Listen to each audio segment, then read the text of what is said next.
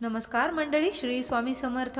स्वागत आहे तुम्हा सर्वांचं आपल्या यूट्यूब चॅनलमध्ये. स्वामी महाराजांच्या कृपेने तुमच्या सर्व चांगल्या इच्छा मनोकामना पूर्ण हो, हीच मी स्वामींच्या चरणी प्रार्थना करते आणि आजच्या नवीन व्हिडिओला सुरुवात करते. पण त्या अगोदर तुम्ही चॅनलवरती नवीन असाल तर नक्की सबस्क्राईब करा आणि शेजारील बेल आयकॉनलाही प्रेस करा, म्हणजे जेव्हा कधी नवीन व्हिडिओ मी अपलोड करेल त्याचं नोटिफिकेशन सर्वात अगोदर तुम्हाला भेटेल आणि तुम्ही एक पण व्हिडिओ मिस करणार नाही.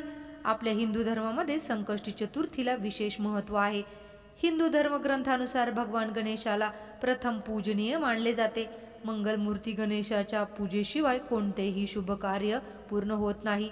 दर महिन्यामध्ये आपण संकष्टी चतुर्थी ही साजरी करत असतो. प्रत्येक महिन्यामध्ये 2 चतुर्थी येत असतात, एक म्हणजे कृष्ण पक्षातील आणि एक म्हणजे शुक्ल पक्षातील.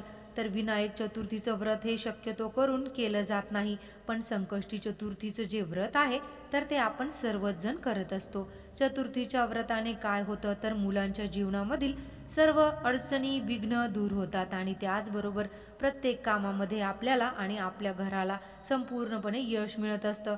त्याचबरोबर कोणताही संकट आपल्यावरती येत नाही. संकट आलं तर आपल्यावरचे जे संकट आहे तर ते गणपती बाप्पा स्वतः दूर करतात. इतकं हे प्रभावी संकष्टी चतुर्थीचं व्रत असतं. जे कोणी घरामध्ये संकष्टी चतुर्थीचं व्रत करतं तर त्याने चंद्राचा जो प्रकाश आहे, म्हणजे चंद्र बघितल्यानंतरच आपल्याला आपलं चतुर्थीचं व्रत सोडायचं असतं. काही घरांमध्ये मिठाच्या चतुर्थीचं सुद्धा व्रत केलं जातं आणि या संकष्टी चतुर्थीच्या दिवशी आपण जर आपल्या मुलांसाठी काही उपाय केले, काही सेवा केल्या तर त्या खूप प्रभावी अशा ठरत असतात. तर आता आपल्याला उपाय कशा पद्धतीने करायचे आहे त्याबद्दलची आपण संपूर्ण माहिती घेणार आहोत, की आपल्याला मुलांवरून अशी कोणती वस्तू एखादी ओवाळून टाकायची आहे की जेणेकरून मुलांवरती कोणतेही विघ्न येणार नाही, त्यांच्यावरती कोणतंही संकट येणार नाही, त्यांची प्रत्येक क्षेत्रामध्ये प्रगती होईल. अभ्यास असू द्या, व्यवसाय असू द्या, नोकरी असू द्या, प्रत्येक ठिकाणी त्यांची प्रगती होईल. तर अशा या संकष्टी चतुर्थीच्या व्रताच्या दिवशी सर्वात प्रथम आपल्याला सकाळी लवकर उठायचं असतं.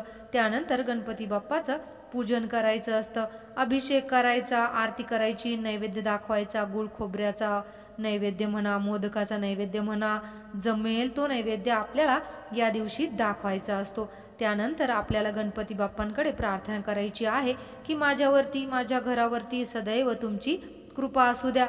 माझ्या मुलांना, माझ्या घराला सर्व संकटांपासून दूर ठेवा आणि सकाळ संध्याकाळ आपल्याला त्यांची आरती करायची आहे. आता या सर्व गोष्टी झाल्या की त्यानंतर संकष्टी चतुर्थीच्या दिवशी संध्याकाळी आपल्याला हा जो उपाय आहे तर तो करायचा आहे. आता हा उपाय कशा पद्धतीने करायचा, काय करायचा आहे, संपूर्ण माहिती आपण घेऊया. तर हा उपाय तुम्ही संध्याकाळी कधी 5-7च्या दरम्यान, 5 ते 8च्या दरम्यान तुम्ही कधीही करू शकता. संकष्टी चतुर्थीच्या दिवशी काही अडचण नाही. मुलांसाठी, मुलींसाठी, कोणाच्याही साठी तुम्ही हा उपाय करू शकता. जर घरामध्ये सुतक, पिरियड्स असेल तर हा उपाय तुम्हाला करता येणार नाही. त्यानंतर महत्त्वाचं म्हणजे कितीही वर्षाचा मुलगा असू द्या तर त्यांच्यासाठी तुम्ही हा उपाय जो आहे तर तो करायचा आहे. तर आता हा उपाय कशा पद्धतीने करायचा आहे तर ते बघा. सर्वात प्रथम या उपायासाठी आपल्याला काही वस्तू लागणार आहे.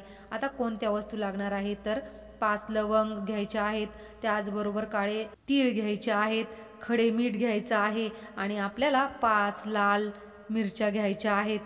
हे सर्व साहित्य घेतलं की त्यानंतर आपल्याला आपल्या मुलांना बसवायचं आहे. बसवल्यानंतर त्यांच्या डोक्याकडून पायाकडे तुम्हाला हे साहित्य ओवाळायचं आहे आणि ओवाळत असताना तुम्हाला गणपती बाप्पांच्या ओम गम गणपतये नमः या मंत्राचा जप करायचा आणि त्यांना प्रार्थना करायची की माझ्या मुलांना जे काही विघ्न संकट आहे त्यांच्यावरती तर ते सर्व दूर करा. तुमची कृपा माझ्यावरती, माझ्या मुलावरती होऊ द्या. अशा पद्धतीने आपल्याला त्यांना प्रार्थना करायची आहे की जीवनामध्ये जे काही संकट त्यांच्याकडे येईल ते सर्व संकटे तुम्ही दूर करा आणि प्रत्येक क्षेत्रात त्यांची प्रगती करा. अशी आपल्याला गणपती बाप्पांना प्रार्थना करायची आहे। आणि त्यानंतर कापुरासोबत तुम्हाला ह्या ज्या वस्तू आहेत तर त्या जाळून टाकायच्या आहेत। एका प्लेटमध्ये कापूर घ्यायचा, तो प्रज्वलित करायचा। दिव्याच्या साहाय्याने तुम्ही कापूर प्रज्वलित करायचा नसतो आणि त्यानंतर तुम्हाला हे साहित्य त्या कापुरामध्ये जाळायचं आहे। जळत असताना तुम्हाला माझ्या मुलांची जी काही नजर आहे तर ती सर्व संपून गेलेली आहे अशा पद्धतीचा भाव ठेवायचा आहे। आणि हा उपाय तुम्हाला अशा पद्धतीने करायचा आहे। तर उरलेली जी राख आहे किंवा जे काही साहित्य जळेल तेवढे जळेल, बाकीचे साहित्य आहे तर ते कचऱ्यात टाकून द्यायचं किंवा निर्माल्यमध्ये टाकून दिलं तरीही चालेल, काही हरकत नाही। फक्त त्यामध्ये मीठ असतं तर त्यामुळे ते अंगावरती उडण्याची शक्यता असू शकते। तर त्यामुळे थोडंसं लक्षपूर्वक आपण हा जर उपाय केला तर नक्कीच त्याचे फायदे आपल्याला बघायला मिळतील। तर नक्की तुम्ही हा उपाय जो आहे तर तो करा, नक्कीच तुम्हाला याचा फायदा होईल। आणि मुलांवरती जी काही नजर दोष किंवा अनेक प्रकारचे जे काही दोष तुम्हाला जाणवत आहे तर ते सर्व दूर होऊन गणपती बाप्पांची कृपा आपल्या मुलांवरती होत असते।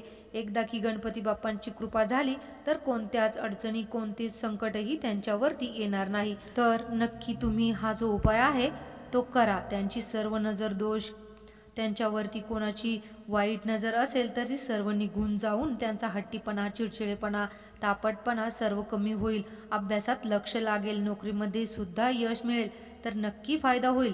जर तुम्हाला ही माहिती आवडली असेल तर व्हिडिओला एक लाईक अवश्य करा आणि अशीच नवनवीन माहिती ऐकण्यासाठी आपल्या चॅनलला सबस्क्राईब करा। श्री स्वामी समर्थ। जय जय स्वामी समर्थ।